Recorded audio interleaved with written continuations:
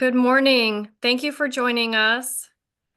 I am Kelly Nerick. I'm the Senior Director of Products and Services at the Small Business Association of Michigan. And this is our fourth webinar in the series that we've been doing with Mavacy Law Firm. And today we're going to be talking about intellectual property rights, including patents, trademarks, and copyrights. If you missed our previous webinars, we do have them posted on our website. So please feel free to go back, watch the recording. We have some accompanying articles that you can read. And if you have any questions at all about any of the topics that we covered, please don't hesitate to reach out. I'm very pleased to have the team at Mavacy with us. They are our partner vendor for everything legal. If you need something just a la carte legal service, they can help you with master contracts, non-disclosure agreements, trademark filing. If you need a little bit more assistance, they are also available on a retainer service. And everything is available at a discounted rate for SBAM members. So I highly recommend that you take a look at the team and what they can offer you and how they may be able to save you some money with everything related to the legal. So at this point, I will hand it over to Mavacy so that they can get started with the webinar. All right. Thank you, Kelly. Very awesome to be here. It's a pleasure to help out SBAM and talk through some legal topics. My name is John Mashney. I'm an attorney at Mavacy. I'm also here with Carolina Perwalka. She's another attorney at Mavacy. We're just really happy to have the opportunity to speak about, which is sometimes can be a fun topic, sometimes a boring topic. I'm going to hopefully make it interesting. This is actually one of my favorite presentations to do, and hopefully you'll see why. And so let's just dive in. I will just say, if there are questions, you can put them in the chat, right, Kelly? And Yes. there will be an opportunity to ask questions afterwards too. But feel free to just put them in the chat. And if we see them, we'll try to take a break and respond, but we'll try to catch up to every question either afterwards, or we're happy to follow up even if we don't have time to answer questions. We're happy to follow up with any questions as well. So again, my name is John Mashney. I'm an attorney at Mavacy, and let's dive into protecting your business's intellectual property. And the first thing I want to talk through is I want to teach you how to think differently about intellectual property. And many times when I start to talk about intellectual property, what do most people think of? They think of patents, trademarks, copyrights, trade secrets. But I want to go a little bit deeper than that, and I'll certainly talk about what intellectual property means from a legal perspective, particularly for small businesses. But I want to teach you to think about it so that you can now make good strategic and sound decisions about intellectual property in your business. And here's what I mean when I say I want you to think differently. Every company now, including yours, can think and act like the biggest companies in the world, including the biggest media companies in the world, the biggest entertainment companies in the world. And I want to walk through a few examples. There's this slide, there's a lot going on here, but I just want to talk through, there are advances in technology. There's social media. Now, every company can be and act like a media and entertainment company, whether you are one or not, because media and entertainment companies are based on and really centered around intellectual property. They create intellectual property and then they sell it or license it. And that intellectual property is it makes up almost the entire value of their business. And if we take the framework for those media and entertainment companies, we can apply it to any business in any area, including your business. Any small business can think and act like a media and entertainment company. We need to learn how to protect ourselves. We need to learn how to protect our brands. We need to understand the advances in technology, the advances in social media, and we need very, very clear solutions. And that's what I'm going to present today. How do we interact in this new area, this new arena, I should say, with technology, with social media, and how do we apply it to your business? So let's dive in, right? It's a very different world. Podcasts, YouTube, startups are all taking advantage of this idea of thinking and acting like media and entertainment companies. Like podcasts now are bigger than cable television, regular television. They just are. They have more viewers. YouTube has more viewers than traditional television, and now startups are taking advantage of it. People are, let's just say it from my experience, people are really getting pretty savvy and pretty smart about using their intellectual property, and we're going to talk through. And here's a question for you. Who has more users? This, you can just put an answer in the chat, or let's see what people think. Netflix, HBO, or Fortnite? I'm very curious what people would say.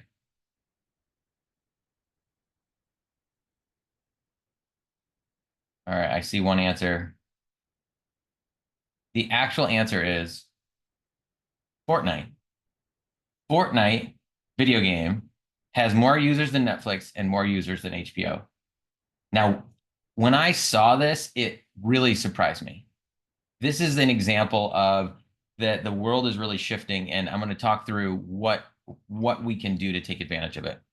And that to me is the thesis that I'm going to present, and then we're going to walk through intellectual property. Every company is now a media and entertainment business, whether you think you are or not.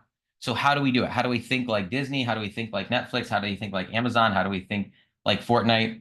And if you don't believe me when I say this, I find these examples all over the place.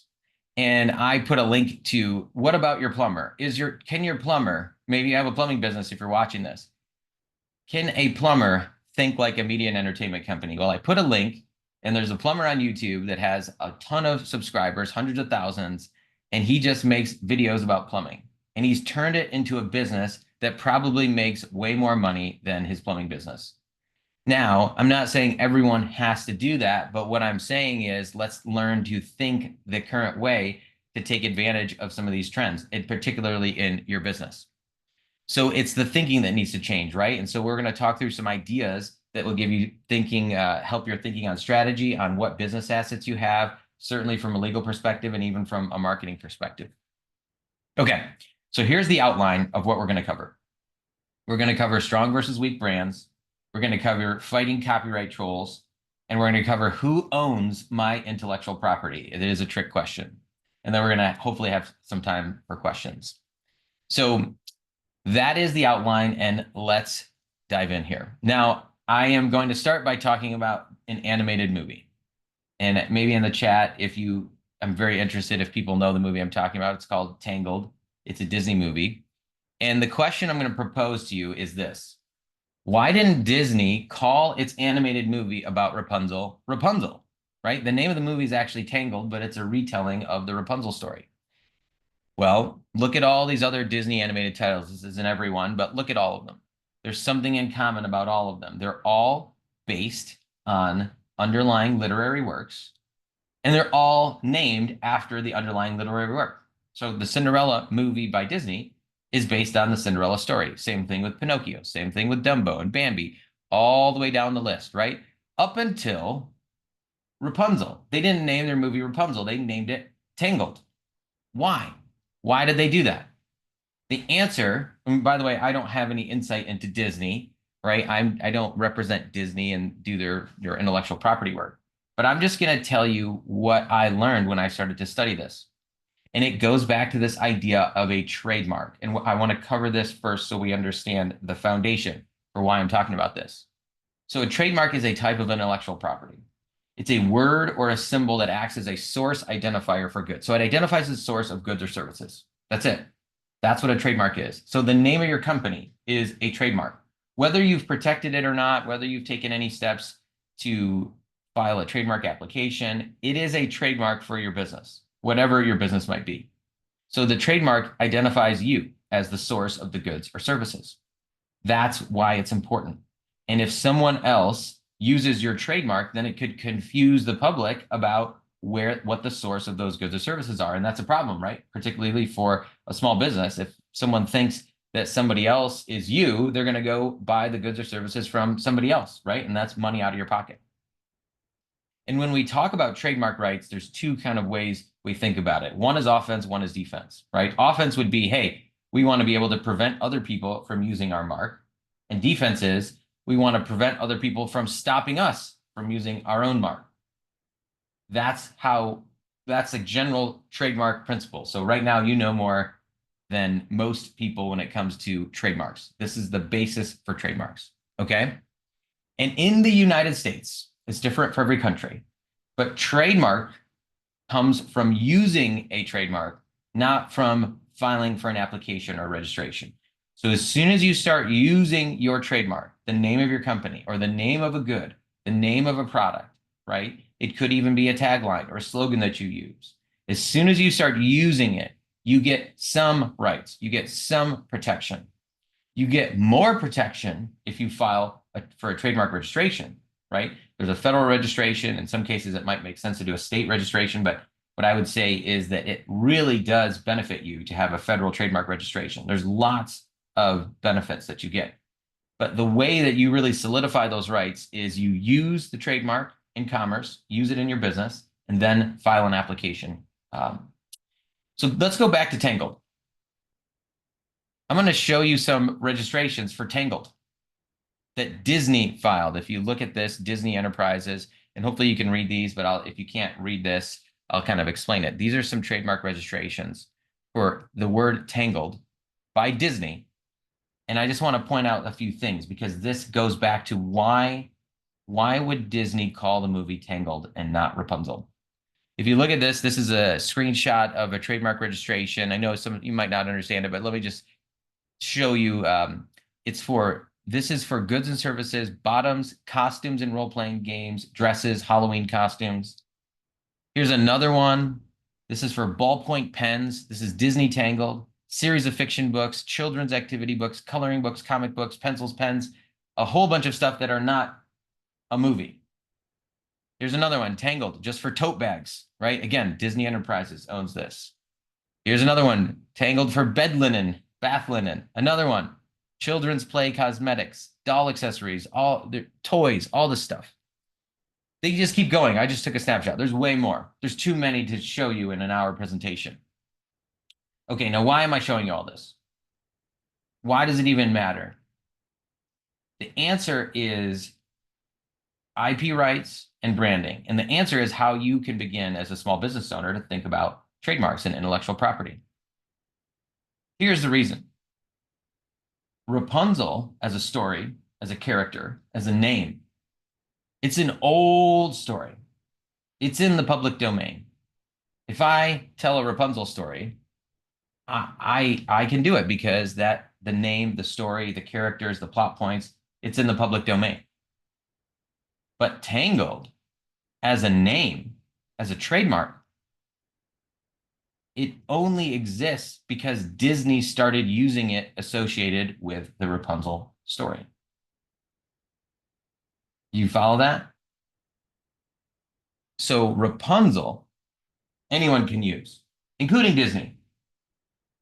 Tangled, only Disney can use because they created the trademark associated with the Rapunzel story that is distinct from the name that already existed, the characters, the plot points. In fact, Tangled is such a great trademark because it suggests hair, right? What gets tangled? Hair.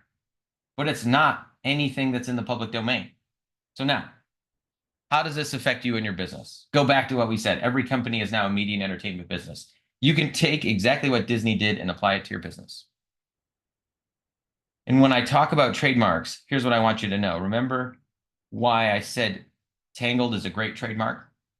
There's different strengths of trademarks. So when you're thinking about branding for your business, you have an opportunity to name your business, rename your business, name your goods, name your services. You can create trademarks in your business that have value and that can accrue value as you grow and become successful. So if you have, let's say, a $500,000 business, your trademarks are part of the value of the business. But if you grow your business to $10 million, the value of your trademarks are going to go up as well and potentially go up even more than your other assets. Here's what I want you to know about the strength of a trademark, though, when you're coming up with names, right? I want you to be able to think like, hey, how did Disney think about getting a trademark for the word Tangled?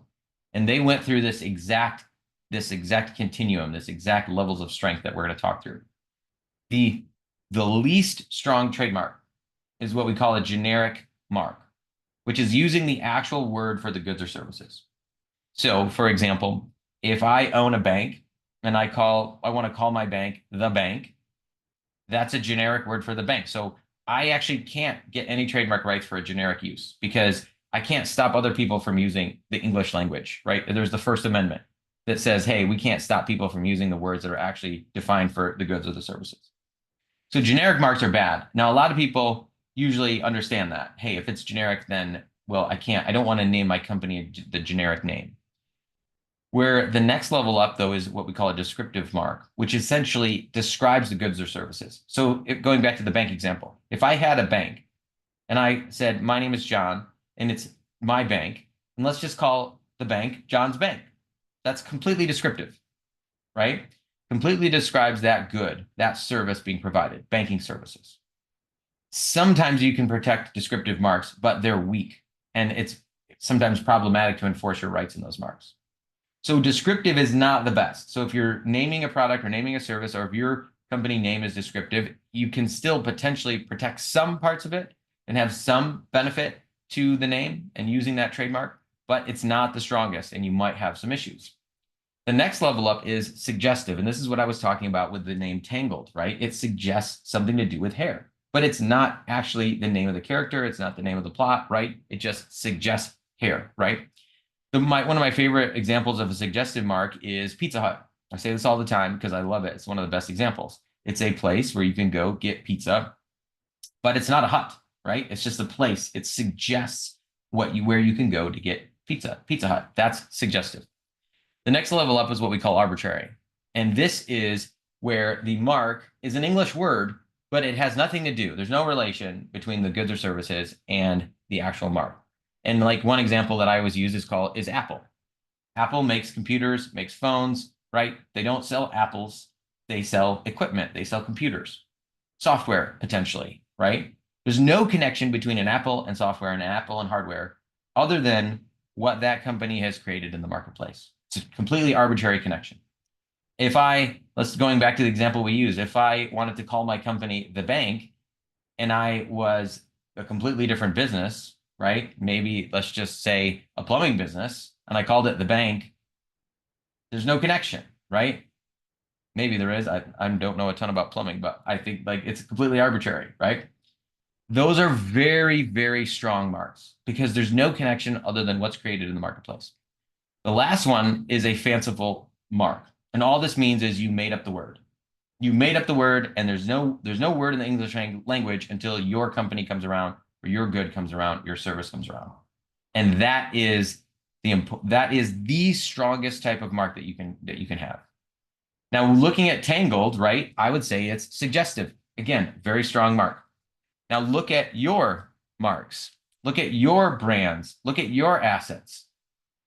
What are they? How strong are they? Are they generic? Are they descriptive? Are they suggestive? Are they arbitrary? Are they fanciful? You see, what Disney did is they didn't want to use Rapunzel as a mark because anybody could use Rapunzel.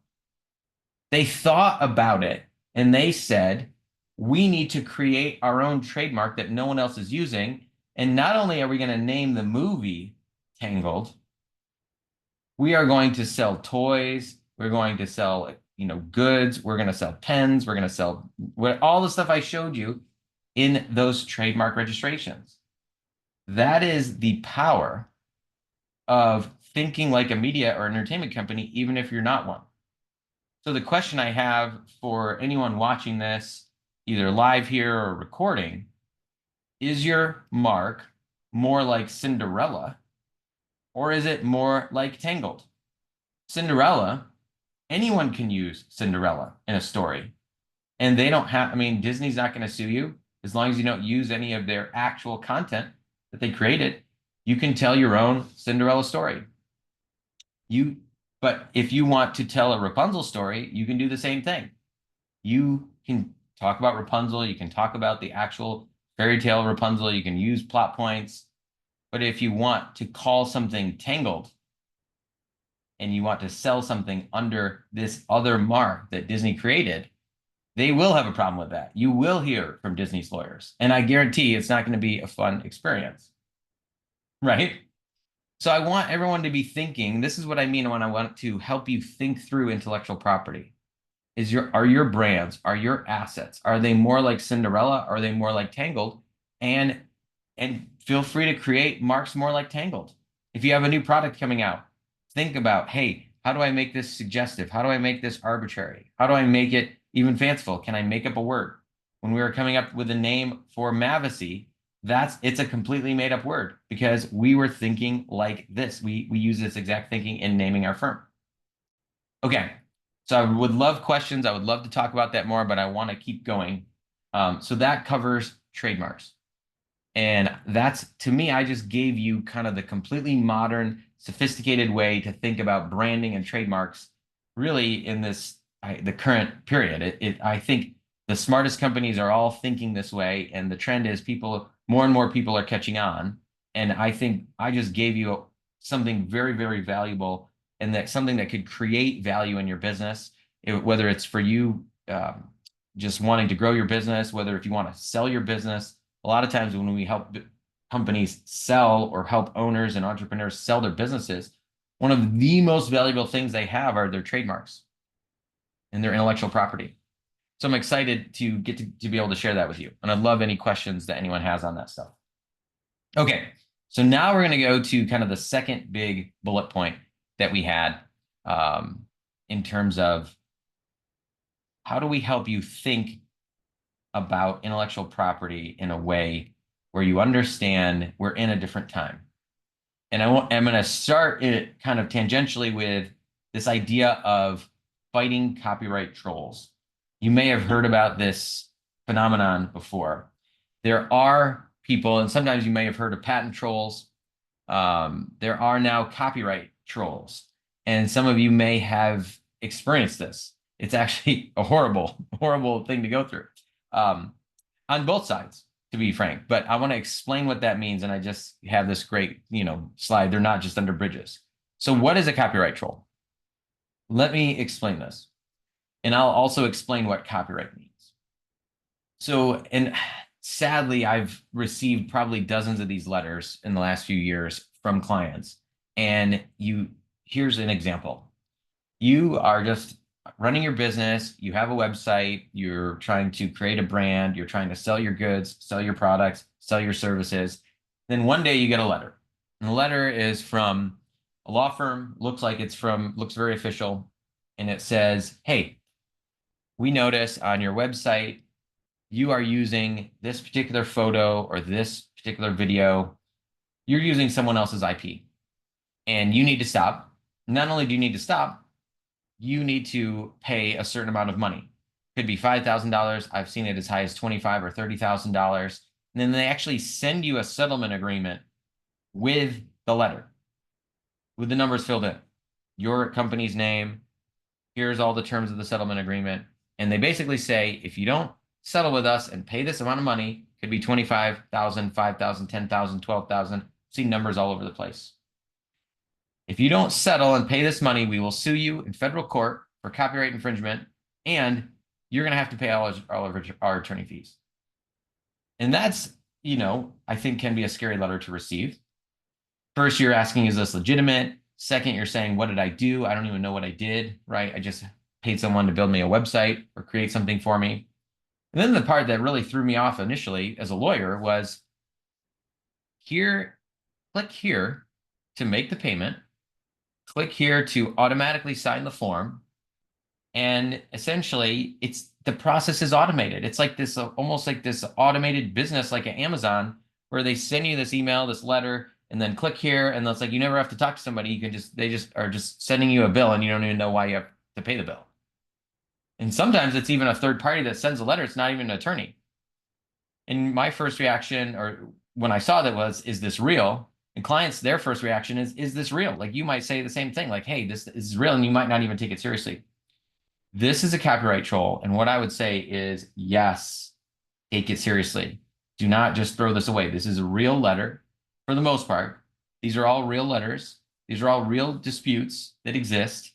And there is an entire industry There are a group of law firms and a group of companies that have automated this process, finding images that exist out in the internet or on the internet, and then working with authors, or it could be an author, it could be a photographer, it could be an image owner, someone that owns that content. And then they will do like a reverse Google image search or some reverse search.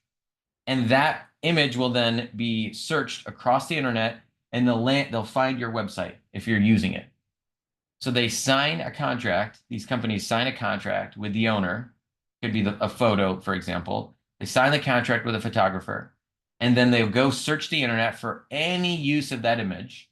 And if they find it, they'll find your website. They'll look it up. They'll see who owns the website, and they'll have this automated letter go out to you. And they'll pick a dollar amount that makes sense. It could be the cost to license the photo, and they will send you this letter with their stock template settlement agreement. And how do we deal with it? How do we deal with that? This is the reality of where we're at. Because of technology, it's so easy to find photos, it's so easy to find content. And because of social media, people are wanting to post so much content. Create marketing content. Content marketing is huge, right? So we're going to talk through how do you address this, but also more importantly, how do you prevent it? And as part of learning about how to prevent it, I need to teach you about copyright. So I want to tell you about copyright now in terms of what it is, the legal piece of it, and then how do you use it in your business? Because it can be very important if you're creating content, if you have a website, like pretty much everyone has a website. So make sure that we understand what I'm going to talk about right now. So what is copyright? What does it protect? Copyright protects an original work of authorship that is fixed in a tangible medium of expression. That's the legal definition. Okay. It's a little complicated. It sounds legalese. I'll break it down for you, right? All it is something that's created and that is fixed in some fashion. Like, for example, a photograph, a video, any audio. If you record a podcast, anything you record, if you record marketing material, if you create a commercial, anything on media, if you write a book, right? It's protected by copyright because it's fixed in some physical, tangible medium, right? Anything that's created like that is protected by copyright, including software. If you have software as part of your business, that is protected by copyright, okay? Copyright exists at the time of creation. As soon as it's created, you have copyright. You don't need to register to have protection, but I'm going to tell you, you should register if it's important to your business. And the way that you notify people that you are claiming copyright is you put notice. And I put some samples here, the C with a circle. If you see that, that's what that means, subject to copyright. And you also sometimes will put the first year that you're using it and the owner. And if you look at the bottom of our slides, we have a copyright notice. So that's important, right? These slides are protected by copyright. Your assets in your business are protected by copyright. Anything you put on your website is protected by copyright. The images you put on your website are protected by copyright. The images you post on social media, protected by copyright.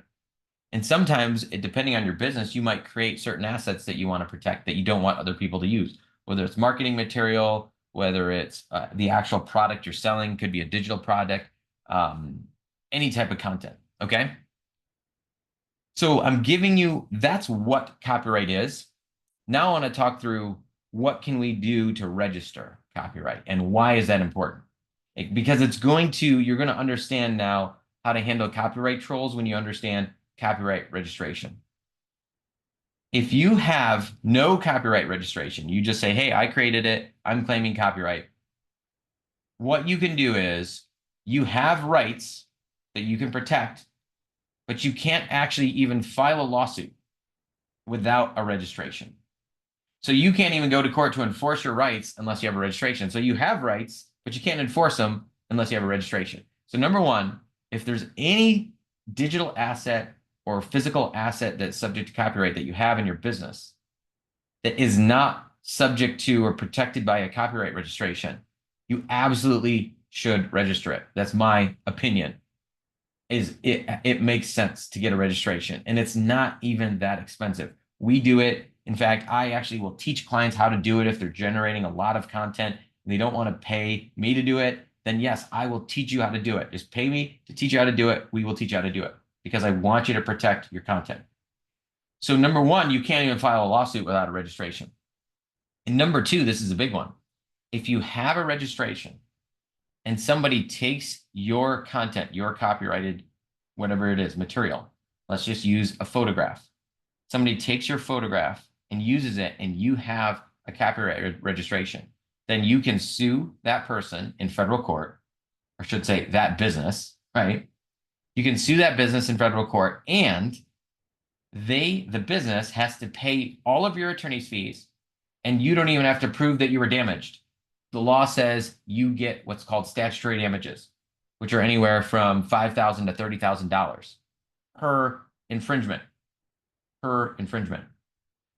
So this can be a huge problem if you use somebody else's copyrighted material where if they have a registration. And I know most people don't watch, Blu-rays or DVDs anymore, but one of the first things you used to see on a DVD is this FBI warning, right? You can go to prison for 5 years and $150,000 fine. You know what that is? That's copyright, criminal copyright infringement. If you copy the movie, that's what they're warning you. That's where that comes from. It's that warning, FBI warning, whatever it is, that is copyright infringement. That's what they're warning you about. If you intentionally copy this and resell it, or just, if you do anything that violates the rights of the copyright owner, you're going to have to pay money and you could go to jail. And that's true. That's because they got a copyright registration. You can have those exact same rights if you apply for a registration and get one. And we do it all the time. And depending on the type of business, it really does make sense to have a copyright registration.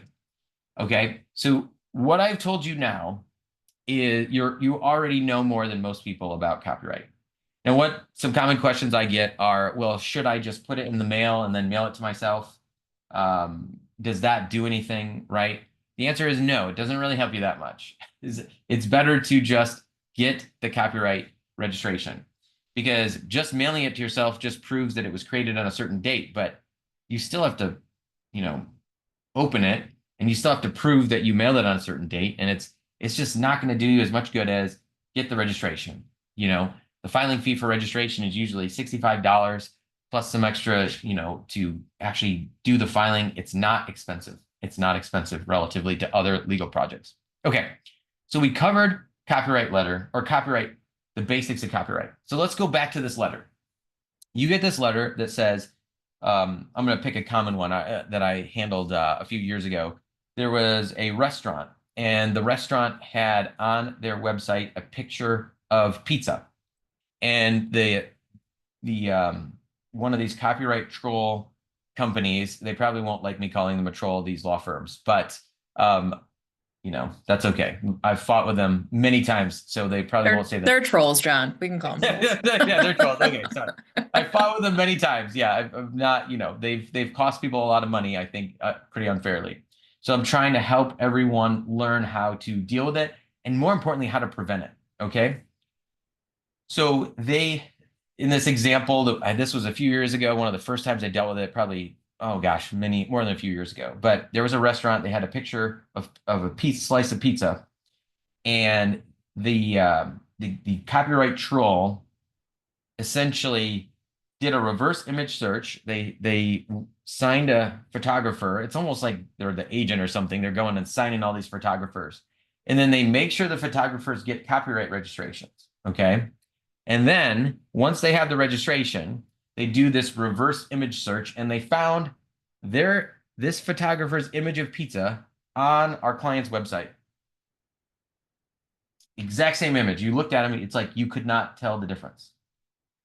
And then that's where our client got this letter, and it said, you are using this photographer's image. It's subject to a copyright, and you have to settle with us.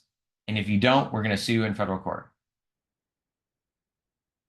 And I'm going to go through the strategy, and I'll tell you what happened on this particular one. So the strategy number one is you do need legal counsel. I think it's unless you just want to pay the money, frankly. Um, you could just pay the money, but sometimes what they ask for is just outrageous, right? Let's just say, I think, would you pay $15,000 for an image of a slice of pizza?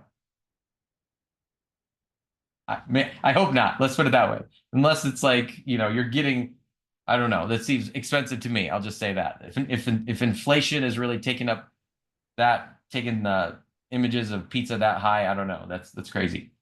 So unless you just want to pay it, get legal counsel, get someone that has handled these before, get a copyright lawyer, right? Particularly copyright, someone that has experience in it. Then what we're going to do is help you assess whether that infringement actually occurred, because sometimes you get blamed for something and it didn't actually happen, right?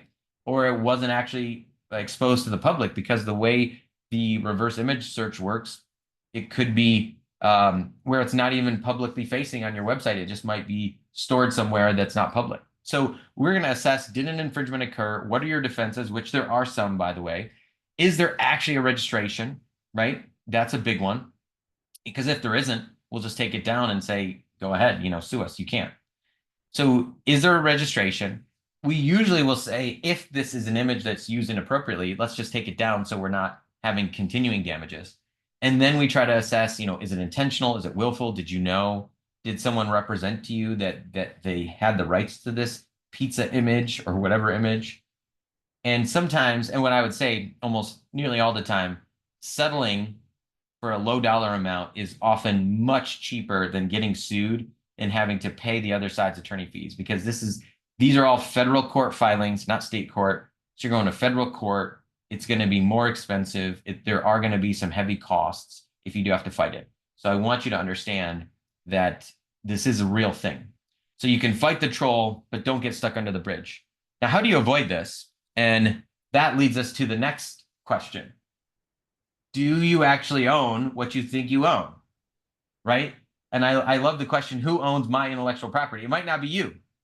And I do want Carolina to jump in here and talk through some of this stuff. But before we do, I just want to cover the basics. And then I'd love Carolina to dive in and talk about this, because to me, this is one of the biggest issues we have with intellectual property is people think that they own their own stuff. And then when we start digging in, we're like, well, wait a sec, you don't actually even own it, because the law works a certain way and we don't realize it. So there's a law called the Copyright Act. And generally, the owner of a copyright is the creator or the person who created it. But there are some exceptions, joint works, and this idea of work made for hire. Now, the biggest problem that people, kind of wrestle with is, I paid for it, why don't I own it? And Carolina, why don't you jump in now and start walking us through this analysis? Hey, if I pay for something, why don't I own it? Sure.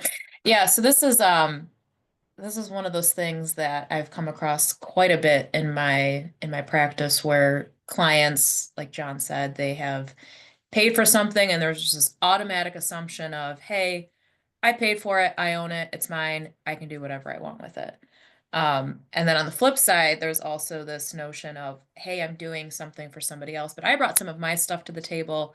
I still own that stuff, and the other person, they own their, what I created. Unfortunately, that's not how it works. Um, Under the Copyright Act, the reality is whoever creates the IP is the presumed owner. And it doesn't matter if I paid you to create something for me, that someone could potentially be owning this thing that you think you own. So, for example, let's say you hire somebody to create marketing materials for you. They're creating those works, and because they're the creator of it, they own it. So how do you get around that? And this is where my wheelhouse of written agreements comes in. And I know uh, taking the time to work through a written agreement can be a pain in the butt, especially when you want to get going. And we're as small business owners, like you're ready to go, but it's really critical to make sure you have some type of written agreement in place to make sure that um, you're properly delineating who owns what. So there's this concept of work made for hire, which we make sure are in all of our agreements with our clients, vendors, and people who are providing services for them, which effectively says, hey, this is considered a work made for hire under the Copyright Act. I am creating, go back to the prior example of, this, whether it be a logo or we're creating some type of content, and I am now giving that ownership of that IP to the customer, right? Like I've had clients who didn't have written agreements. They're like, no, they created this software for me, or they created this, and well, that's not what the agreement says. I would say the other caveat with that and thing to consider, especially if you're now the service provider, is okay, you're coming to the table with, let's say it is the marketing content. You have your know-how, you have your processes, you have templates that you use, right? You're going to want to be able to use that and apply it to other customers in the future, because your business is likely not going to survive on just working with one customer. So how do you protect that? And that's where we get into the nitty gritty within that written agreement, where it's saying, okay, yep, the finished product I am giving to you, and you're going to own that. However, what I bring to the table, those templates, the know-how, the processes that I use to put those things together, um, basically anything that you previously created or created separately from the project, I own that. And I am actually going to license that to you, where you now have the right to use those things, but only in connection with whatever I delivered to you, right? And that protects your IP, that protects your ability to use that IP in the future. And it's really important to put like distinct thought into that, right? And then the other, I guess call it the 301 level of version of that is, anything that's a derivative of that, right? Like I have clients who are in the life sciences space, and they've got this like really cool process of how they do some type of genetic testing. Well, that's going to develop over time. That's going to develop as they're providing services to different customers. They want to make sure that they're able to apply that elsewhere as well. And then the other piece of it too, which is written up on the screen, is you want to make sure that anything that your employees are creating are owned by the employer, right? This is where we get into with employment agreements, where there's a clear section in that agreement saying, hey, anything you come up with, anything you create, that's ours. And you're not getting into an argument when the employee leaves the company where they're saying, hey, I created that resulted in you having, becoming $1 billion company. I should get a cut of the pie. And it's like, nope, you signed an agreement saying, hey, anything you created in the scope of your employment is mine to own. John, I don't know if you wanted to touch on any of these specially commissioned Yeah. works. I think the biggest thing, just to add to it, there have been situations where we've talked to people and we said, are you sure you own your own logo? Right? And the rule is the work for hire law says if you have an employee that works for you, then anything they create in the scope of their employment is actually automatically owned by the employer. But if someone is an independent contractor, it doesn't work that way at all. The independent contractor actually owns whatever they create. So if you have a contractor create your logo, they actually own your logo, even if you pay them a bunch of money for it. So you have to be really careful, like how do you own it? And that's where you have to have ownership transfer by a written agreement. It can't be by, hey, I give it to you and that's it. It has to be by a written agreement. And the thing about work made for hire also, it doesn't cover everything. And this is one of the things I point out to people. Work made for hire, if you have a work made for hire agreement and they're an independent contractor, it covers these 9 things. And I say, well, what do you not see on this list? Starts with soft, ends with where? Software. So if you have someone creating software for you, and even if you have a work made for hire provision in a contract, it's not covered. So you have to transfer it a different way. And we can do it, and you can put it in the agreement, but that's where there's tricky spots where you just have to be careful. Do you actually own what you think you own? Whether it's software, whether it's marketing materials. If you take a picture, who owns the picture? It's whoever hits the button to take the picture. Same thing with a video. the creator is the person who hits record. And if that person's Yep. not your employee, then you could be in trouble. I mean, meaning, and you don't have an agreement, then you could be in trouble. Yeah, And a and I lot, think photographers are yeah, a go great ahead. example with that, where it's I think, if you say, outside even the business scope of, you're hiring a wedding photographer, you don't actually own those photos. You're just paying for a license to use said photos within the confines of whatever the photographer's agreement says. And that's typically how it's done. And so that's effectively the standard, I would say, within photographers and videographers, et cetera. So it's really important to pay attention to that. I know a lot of people will use companies like Fiverr or other, online companies to have people create logos for them. Pay attention to those, to what the terms say, because you may think that you're paying, oh, $50 for this great logo, but do you actually own it? Maybe, maybe not. On the software piece, I think the thing that clients I've found often assume is, hey, I'm paying for the software. And I know a lot of the software world has really moved towards SaaS, but going back to the 90s where it was much more on-prem, you would get that little disc or things like that. People would assume, hey, I bought it, I own it, I can do whatever I want with it. But the reality is that's often not the case. And I had one client who they purchased software that they installed on a computer. I think it was in 1995, and it was limited to one computer. It was, the agreement clearly specified the specifications of the computer, so they couldn't move it without seeking approval. Well, 1995 was a long time ago, and they have moved that software a lot, and they put it on a bunch of different computers, a bunch of different users, et cetera, thinking, hey, I can use this forever, I own it. And nobody went back to the agreement to look at it. And I don't think anybody probably ever looked at the agreement in the first place.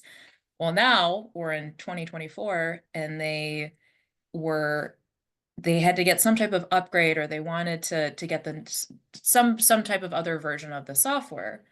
Well, now the software vendor is like, yeah, that's great. What happened to the software from 1995? Is it still on this computer?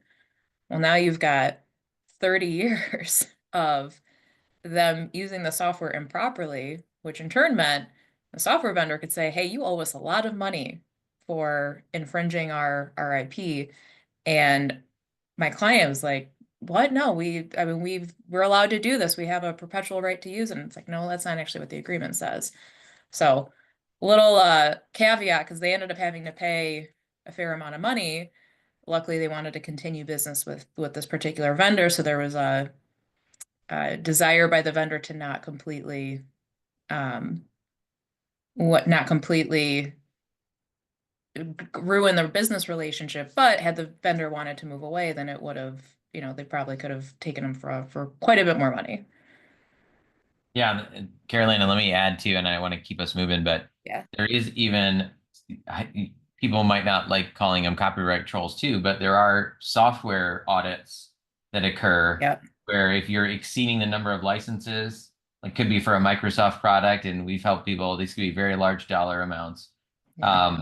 It's considered copyright infringement if you're using the incorrect number of licenses, right? Or you're using software on more than one computer, like you said, and these are, 6-figure type disputes, and it's really hard to get out of them, Yeah. essentially.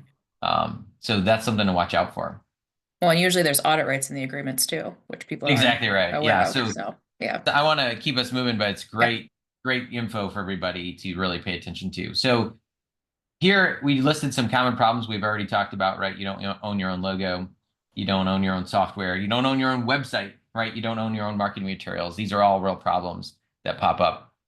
So I just want to propose some solutions, which we already touched on, but just solidify it for you. Make sure in every contract with an independent contractor, you have that proper language that is work made for hire. And then if it's not something that's covered by work made for hire, that we do cover it, like software, for example. And I work a lot in the film and entertainment industries. And what we tell people is no one comes on set, no one touches a project without a written agreement.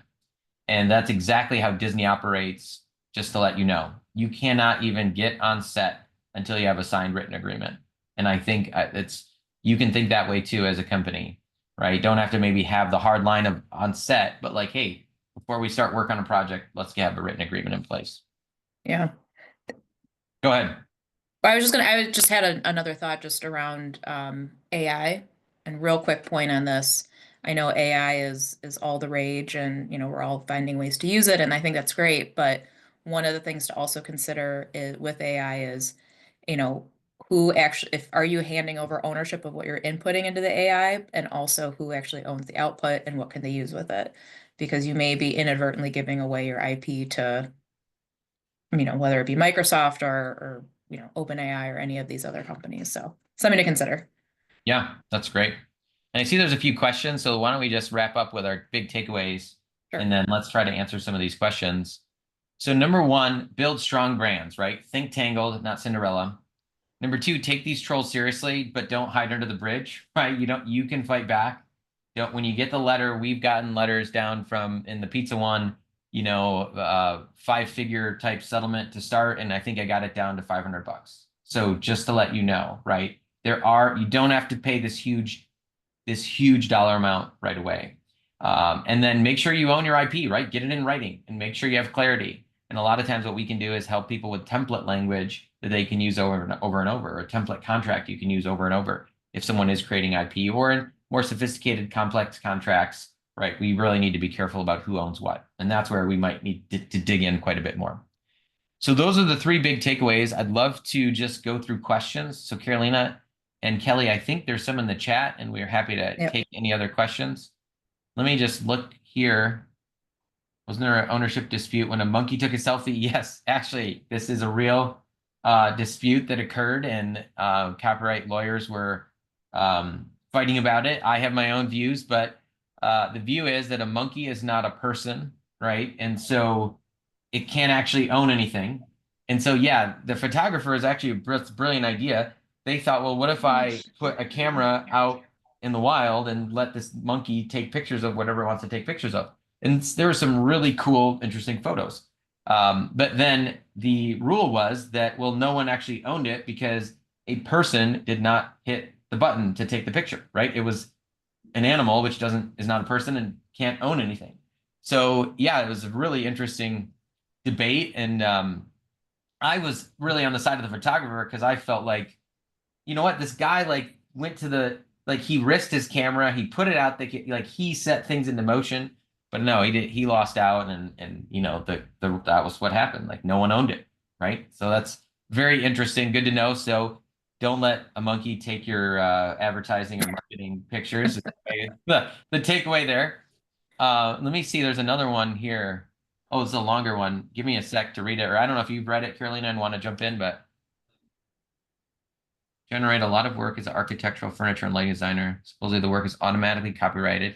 Yeah, so just to respond, yes, as soon as something is created, copyright exists, right? We covered that earlier.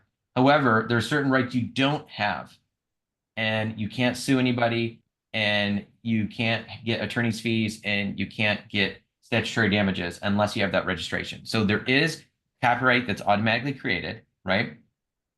Upon design placed on the block, dated and signed by the created. Yep, you don't actually need to sign anything, but that's you will have copyright even once it's created. Profession is quite lawyer adverse. Every profession is lawyer adverse. Just True. But no, I understand. I've worked with architects before. Technically, someone can't build the same design twice, but so many times slight changes are made. Yeah. Okay, I think I see where this is going, but let me just finish reading. Are there any tips or stories from the architecture profession to navigate?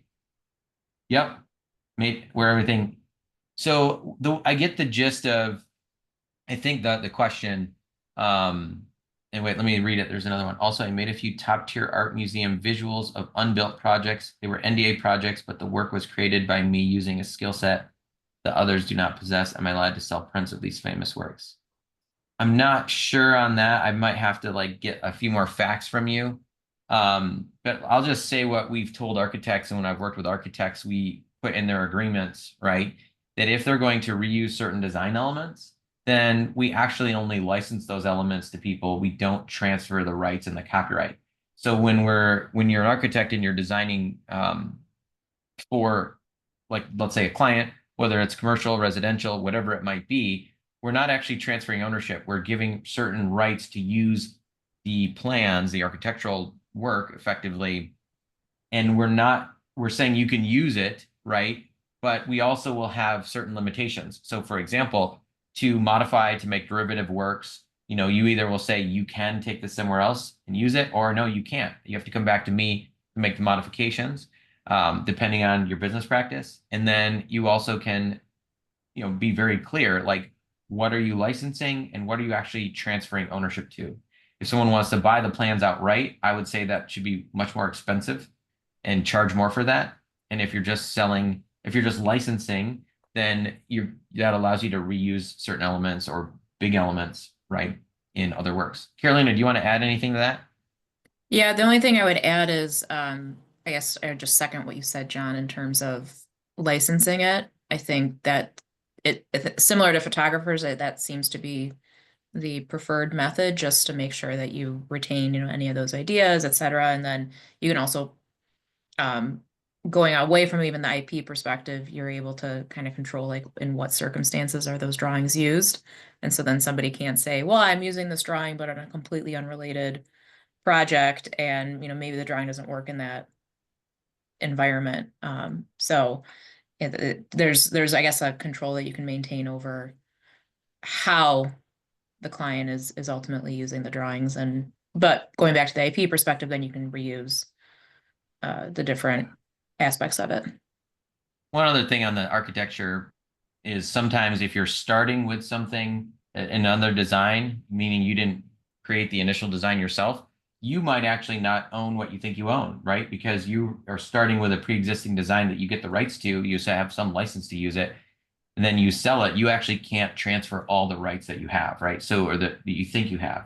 So that's something where you just have to look at it and say, what rights do I actually have in this design? And then what can I sell to someone? The last thing, I'll just talk through this because I know we're short on time. I saw this line. I made a few top-tier art museum visuals of unbuilt projects. They were NDA projects, but the work was created by me using a skill set that others do not possess. So I think what you're asking, you're saying, am I allowed to sell prints of these famous works? So there's copyright, right? And potentially, if you took a picture, let's say, for example, of some unbuilt museum project, you would own the copyright, but you might be bound separately by the NDA. So that's where you'd have to really look at what the NDA says, because you could potentially own something or have rights to something, but then be bound by the confidentiality obligations in this written agreement. But you'd really have to look at the NDA to see what that says. It's governed by both, essentially. I think that was the last question. Kelly, are we good on time, or should we try to? If anybody wants to speak a question, you do have the ability to unmute and talk to the Mavacy team. Otherwise you can drop it in the chat. I did include the link to the SBAM site where this webinar recording will be posted within the next day. We also have the previous webinars that were recorded. Okay, yeah, we do have a question. Eric, go ahead. Honestly. Hi, can you hear me? Yep. Yes. Okay, great. I have the Inspired trademark for apparel and accessories. I've had it since 2017. We have our website, and it seems like people are developing these tools. They'll come and sweep all the photos, and then another tool, they'll come and sweep all the content. And then we'll see websites being put up that look like ours, but all the info has changed. And they're just popping up, and it's like it could take a job just taking everything down, going after whatever it is. We're just constantly getting booed over and over and over. And it's like, what can you do to prevent or to stop these people from replicating your actual website, but just changing a few things, like the area, the owner. Well, they'll say I'm the owner, but they'll change my whole bio, like I'm in Sweden or something. It's very, yeah. Yeah, that's a great question. So there's nothing you can do to prevent someone from taking this information, right, and putting it all over. There are some things you can do about it. So this is where it is helpful if you have, let's say, images.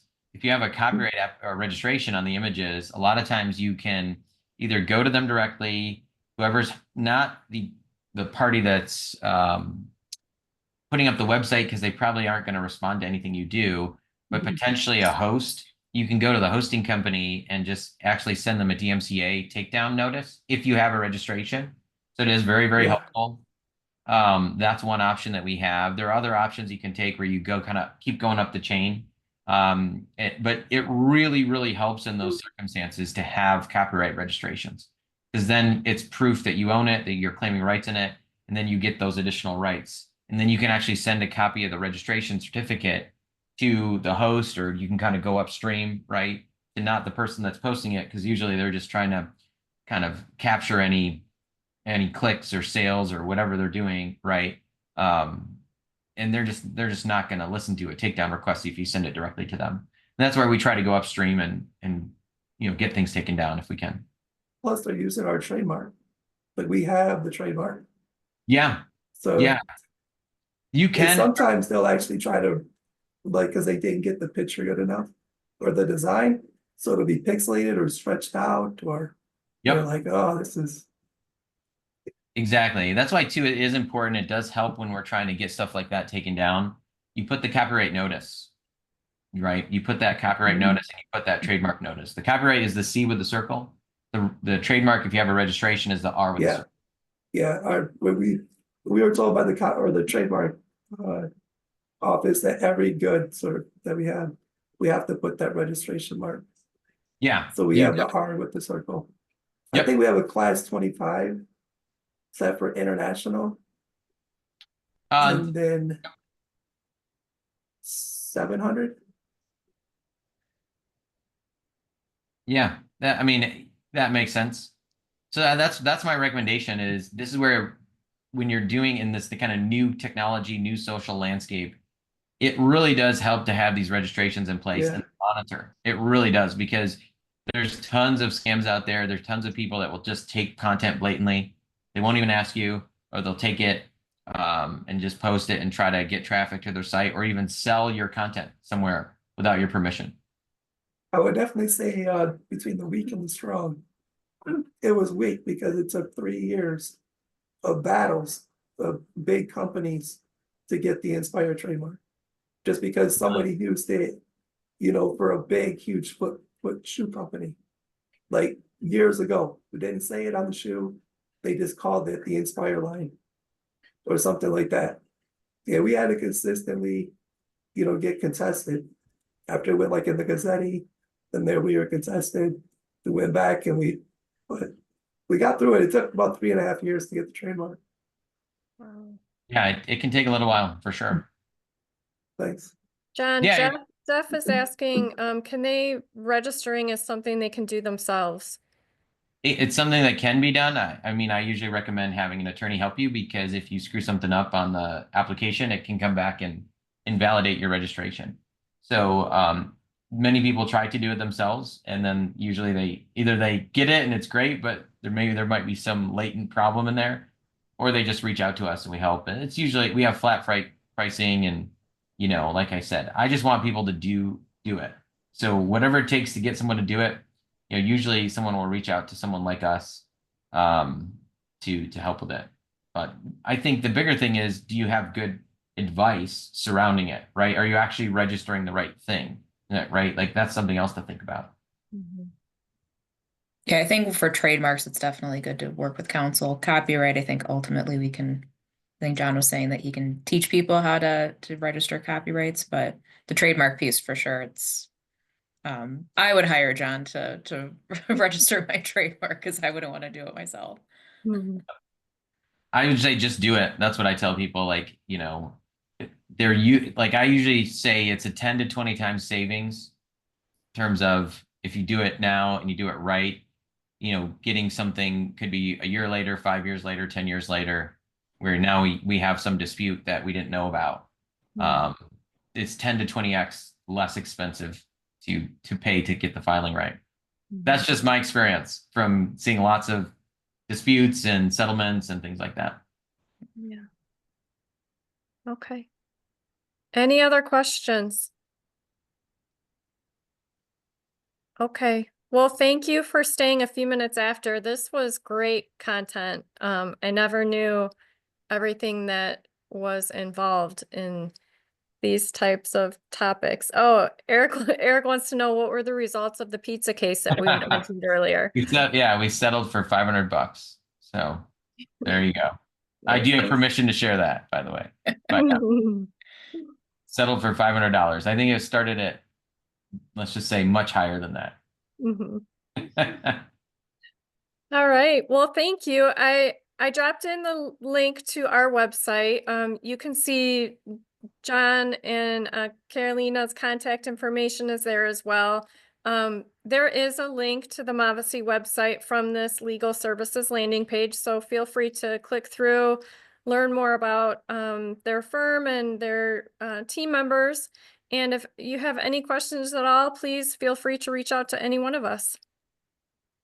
Thanks, Kelly. Thank you. Thanks, Thank you Kelly. so much for your time. No problem. Have a great day, everyone. Bye.